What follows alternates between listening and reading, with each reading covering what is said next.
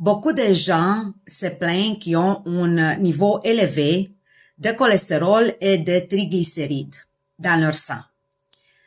Ce qu'il faut savoir, c'est que le cholestérol, avant qu'il arrive au niveau des artères pour produire les triglycérides aussi, pour produire les plaques d'athérosclérose, il y a 3 stations qui on a de pouvoir d'arrêter que le cholestérol arrive sur nos artères. Il y a trois stations dans notre corps. La première station, c'est l'intestin. Donc, presque 60% de notre cholestérol et de triglycérides viennent de notre alimentation.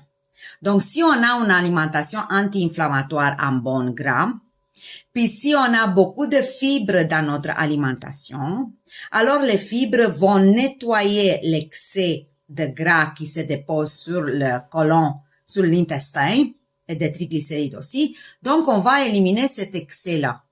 Le problème, c'est qu'aujourd'hui, les gens consomment à peu près 10-15 grammes de fibres par jour, tandis que notre nécessaire est plus de 35 grammes.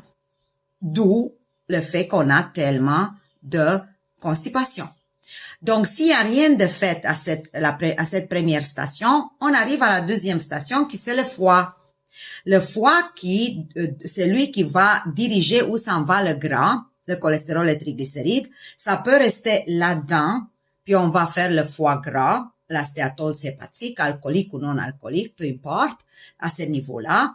Donc, si on ne fait pas le nettoyage du foie, le détox, une fois, 2 fois par année, c'est possible qu'avec tant de toxicité qu'on trouve autour de nous, que notre foie ne peut plus métaboliser comme il faut les gras. OK?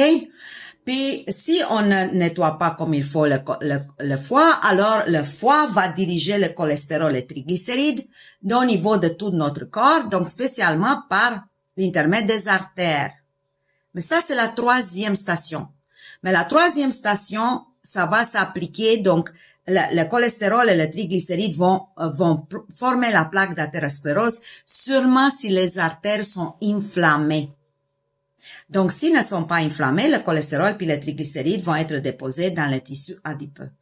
Donc, voilà, mes amis, combien de choses on a à faire. Puis, maintenant, j'espère que vous comprenez pourquoi on a tellement de problèmes au niveau du cholestérol et des triglycérides.